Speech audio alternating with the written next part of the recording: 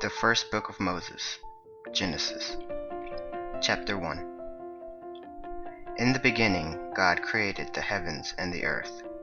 The earth was without form and void, and darkness was on the face of the deep, and the Spirit of God was hovering over the face of the waters. Then God said, "Let there be light," and there was light. And God saw the light, that it was good. And God divided the light from the darkness.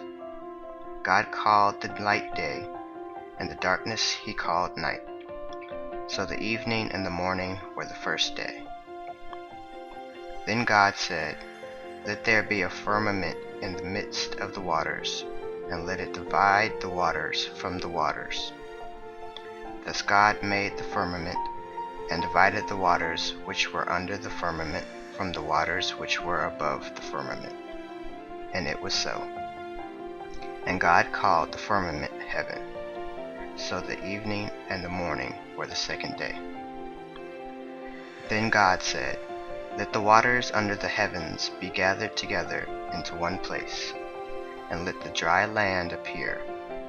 And it was so. And God called the dry land earth, and the gathering together of the waters he called seas. And God saw that it was good. Then God said, "Let the earth bring forth grass, the herb that yields seed, and the fruit tree that yields fruit according to its kind, whose seed is in itself on the earth." And it was so.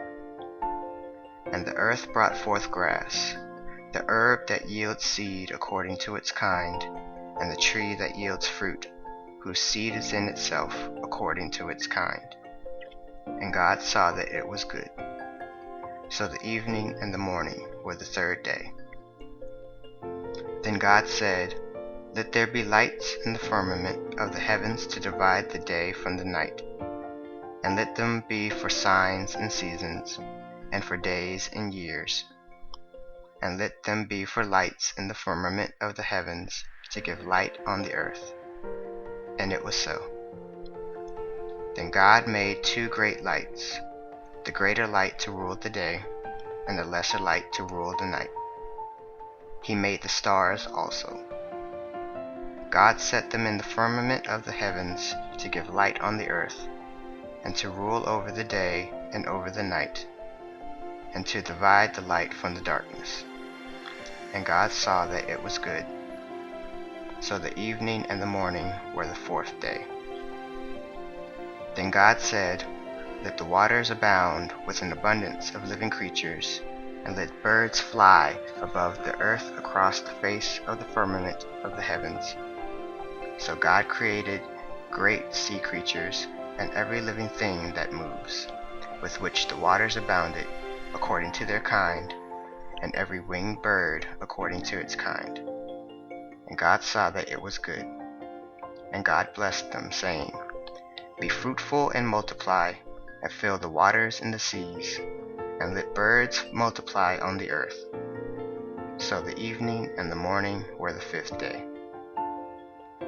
Then God said, "Let the earth bring forth the living creature according to its kind, cattle and creeping things, and beasts of the earth, each according to its kind." And it was so. And God made the beast of the earth according to its kind, cattle according to its kind, and everything that creeps on the earth according to its kind. And God saw that it was good. Then God said, "Let us make man in our image, according to our likeness. Let them have dominion over the fish of the sea, over the birds of the air, and over the cattle, over all the earth, and over every creeping thing that creeps on the earth." So God created man in his own image. In the image of God he created him. Male and female he created them. Then God blessed them, and God said to them, "Be fruitful and multiply, fill the earth and subdue it. Have dominion over the fish of the sea, over the birds of the air, and over every living thing that moves on the earth." And God said, See, I have given you every herb that yields seed which is on the face of all the earth, and every tree whose fruit yields seed. To you it shall be for food. Also to every beast of the earth, to every bird of the air, and to everything that creeps on the earth, in which there is life, I have given every green herb for food. And it was so. And God saw everything that he had made, and indeed it was very good. So the evening and the morning were the sixth day. Chapter 2. Thus the heavens and the earth and all the host of them were finished.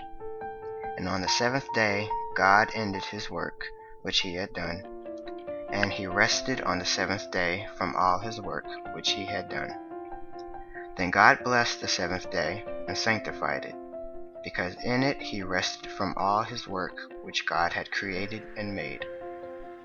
This is the history of the heavens and the earth when they were created, in the day that the Lord God made the earth and the heavens, before any plant of the field was in the earth, and before any herb of the field had grown. For the Lord God had not caused it to rain on the earth, and there was no man to till the ground. But a mist went up from the ground, and watered the whole face of the earth. And the Lord God formed man of the dust of the ground, and breathed into his nostrils the breath of life, and man became a living being. The Lord God planted a garden eastward in Eden, and there he put the man whom he had formed. And out of the ground the Lord God made every tree grow that is pleasant to the sight and good for food. The tree of life was also in the midst of the garden, and the tree of the knowledge of good and evil. Now a river went out of Eden to water the garden, and from there it parted and became 4 riverheads. The name of the first is Pishon. It is the one which skirts the whole land of Havilah, where there is gold. And the gold of that land is good. Bdellium and the onyx stone are there. The name of the second river is Gihon. It is the one which goes around the whole land of Cush. The name of the third river is Hiddekel. It is the one which goes toward the east of Assyria. The fourth river is the Euphrates. Then the Lord God took the man and put him in the garden of Eden to tend and keep it. And the Lord God commanded the man, saying, Of every tree of the garden you may freely eat, but of the tree of the knowledge of good and evil you shall not eat, for in the day that you eat of it you shall surely die. And the Lord God said, It is not good that man should be alone. I will make him a helper comparable to him. Out of the ground the Lord God formed every beast of the field and every bird of the air, and brought them to Adam to see what he would call them. And whatever Adam called each living creature, that was his name. So Adam gave names to all cattle, to the birds of the air, and to every beast of the field. But for Adam there was not found a helper comparable to him. And the Lord God caused a deep sleep to fall on Adam, and he slept. And he took one of his ribs, and closed up the flesh in its place. Then the rib which the Lord God had taken from man he made into a woman, and he brought her to the man. And Adam said, This is now bone of my bones, and flesh of my flesh. She shall be called woman, because she was taken out of man. Therefore a man shall leave his father and mother, and be joined to his wife, and they shall become one flesh. And they were both naked, the man and his wife, and were not ashamed. Chapter 3. Now the serpent was more cunning than any beast of the field which the Lord God had made. And he said to the woman, Has God indeed said, You shall not eat of every tree of the garden? And the woman said to the serpent, We may eat the fruit of the trees of the garden, But of the fruit of the tree which is in the midst of the garden, God has said, You shall not eat it, nor shall you touch it, lest you die. Then the serpent said to the woman, You will not surely die, for God knows that in the day you eat of it, your eyes will be opened, and you will be like God, knowing good and evil. So when the woman saw that the tree was good for food, that it was pleasant to the eyes, and a tree desirable to make one wise, she took of its fruit and ate. She also gave to her husband with her, and he ate. Then the eyes of both of them were opened, and they knew that they were naked. And they sewed fig leaves together, and made themselves coverings. And they heard the sound of the Lord God walking in the garden in the cool of the day. And Adam and his wife hid themselves from the presence of the Lord God among the trees of the garden. And the Lord God called to Adam and said to him, Where are you? So he said, I heard your voice in the garden, and I was afraid because I was naked, and I hid myself. And he said, Who told you that you were naked? Have you eaten from the tree of which I commanded you that you should not eat? Then the man said, The woman whom you gave to be with me, she gave me of the tree, and I ate. And the Lord God said to the woman, What is this you have done? The woman said, The serpent deceived me, and I ate. So the Lord God said to the serpent, Because you have done this, you are cursed more than all cattle, and more than every beast of the field. On your belly you shall go, and you shall eat dust all the days of your life. And I will put enmity between you and the woman, and between your seed and her seed. He shall bruise your head, and you shall bruise his heel. To the woman he said, I will greatly multiply your sorrow and your conception. In pain you shall bring forth children. Your desire shall be for your husband, and he shall rule over you. Then to Adam he said, Because you have heeded the voice of your wife, and have eaten from the tree of which I commanded you, saying, You shall not eat of it. Cursed is the ground for your sake.